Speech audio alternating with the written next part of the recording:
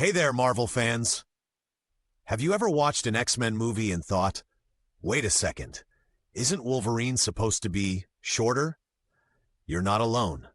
Today, we're diving into the fascinating differences between Wolverine's portrayal in the comic books versus the big screen. If you've only met Wolverine through the movies, you might be surprised to learn that the original comic book character is quite different in stature. We're talking about a nearly 1-foot difference. So why the change? Does size really matter when it comes to our favorite adamantium-clawed mutant? Stick around as we explore the origins of Wolverine, how his physical appearance has evolved, and the reasons behind these changes. We'll also look at how this size shift has impacted the character's story and what fans have to say about it. So grab your favorite snack, get comfy, and let's jump right in. Let's rewind the clock to the 1970s. A golden era for comic books. Wolverine made his first appearance in The Incredible Hulk number 180 to 181 back in 1974. Created by writer Len Wein and artists John Romita Sr. and Herb Trimpe, Wolverine was introduced as a Canadian government agent with a mysterious past. From the get-go, he was a standout character, fierce, brash, and shrouded in enigma. His signature claws and rapid healing abilities made him a formidable opponent. But one of his most distinctive features? His height. Standing at just 5'3", 160 centimeters, Wolverine was significantly shorter than most of his superhero peers. This wasn't just a random choice. His smaller stature played into his character, embodying the ferocity and tenacity of the actual Wolverine animal, which, despite its size, is known for its strength and aggression. So, what's the deal with Wolverine's height in the comics? Let's delve deeper. Wolverine was consistently portrayed as short, stocky, and incredibly muscular. A pint-sized powerhouse. His 5'3" frame was packed with muscle, emphasizing that big things often come in small packages. His rugged appearance included wild hair, pronounced sideburns, and a perpetual scowl, enhancing his tough guy persona. His height added interesting dynamics to the stories. For instance, standing next to taller characters like Cyclops or Colossus, Wolverine's size highlighted his underdog status. This contrast made his combat victories even more impressive and underscored his relentless spirit. Artists used his stature to reflect his animalistic traits, much like a Wolverine in the wild, small but unyielding. His size was symbolic of his internal battles and outsider status, setting him apart in a world filled with towering superheroes. It also allowed readers to connect with him on a more personal level, proving that heroism isn't about how tall you stand, but how fiercely you fight. Fast forward to the late 90s, the buzz was all about bringing the X-Men to life on the big screen.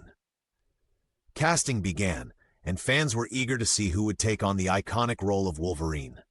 Names like Russell Crowe and Dougray Scott were floated around, but due to various reasons, they didn't stick. Then, relatively unknown Australian actor Hugh Jackman entered the scene. Standing at 6'2", 180, he was almost a foot taller than the comic book Wolverine. Fans were skeptical.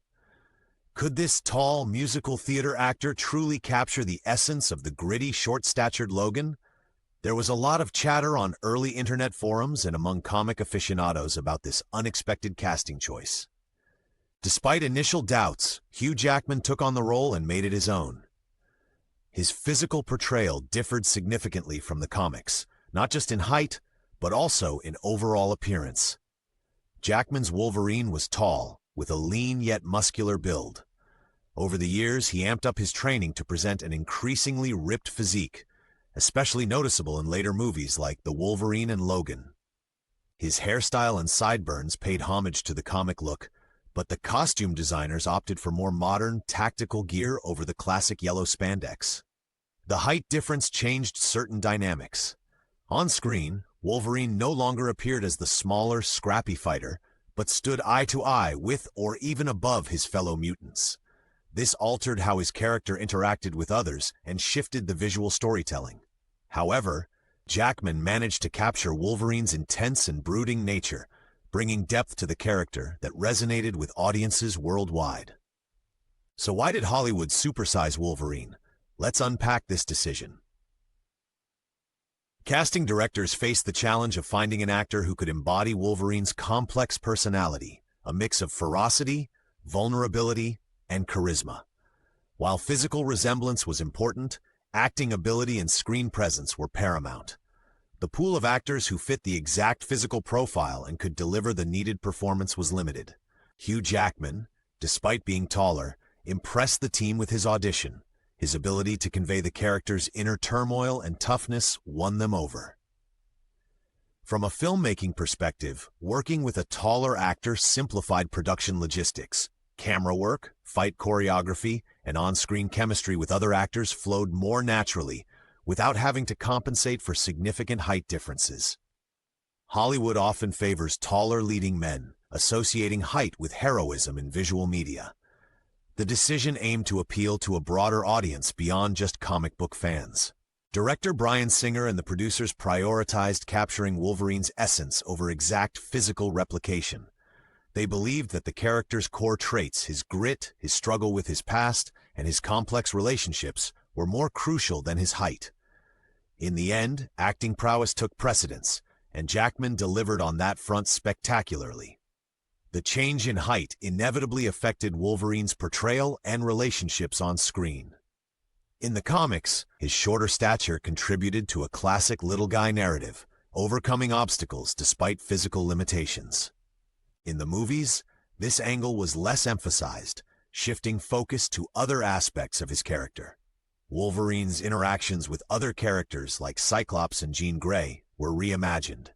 The rivalry with Cyclops became less about physical contrasts and more about conflicting personalities and romantic tensions.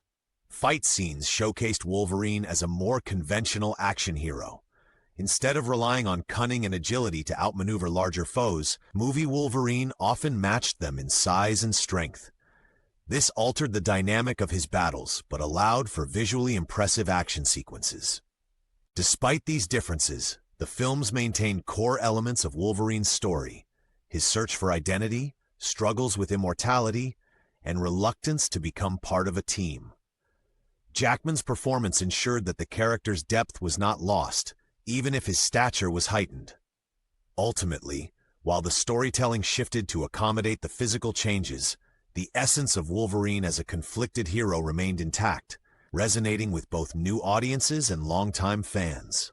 Naturally, fans had a lot to say about the taller Wolverine. Early reactions included skepticism and criticism from comic book purists who felt that an essential aspect of the character was being overlooked. Online forums buzzed with debates over whether Jackman could do justice to the role. However, upon the release of X-Men in 2000, many minds were changed. Jackman's portrayal won over audiences with his intense performance and embodiment of Wolverine's spirit. The height issue faded into the background as viewers connected with the character on an emotional level. Over time, Jackman became synonymous with Wolverine. Fans praised his dedication to the role, especially as he continued to evolve the character over nearly 2 decades. Even those who initially doubted the casting came to appreciate the layers he brought to the character. The successful reception demonstrated that while physical accuracy is important, it can be secondary to a powerful performance that captures the heart of a character. The movies didn't just adapt Wolverine, they influenced how he was depicted in the comics moving forward. Post-movies, artists began to slightly adjust Wolverine's appearance, sometimes making him a bit taller or incorporating facial features reminiscent of Hugh Jackman. The synergy between the films and comics helped unify the character's image across different media. Storylines in the comics started to explore themes similar to those in the movies, such as his past relationships and personal struggles. This cross-influence enriched the character's depth and offered fans new perspectives. Merchandise and promotional materials also reflected this blended image, further solidifying Jackman's impact on the character's legacy. In essence, the cinematic portrayal and the comic book origins began to harmonize, showcasing how adaptations can evolve original material and keep beloved characters fresh and relevant. And there we have it, the tale of 2 Wolverines. Whether he's 5'3" or 6'2", the essence of Wolverine remains a captivating mix of ferocity and vulnerability. While Hollywood gave us a taller Logan, the core character, the gruff exterior, the haunted past, the fierce loyalty, stayed true to his roots. It goes to show that sometimes it's not the size of the hero, but the size of his heart that truly matters. Thanks for joining me on this journey. If you enjoyed this video, give it a thumbs up, and don't forget to subscribe for more deep dives into the Marvel Universe. Until next time, keep those claws sharp.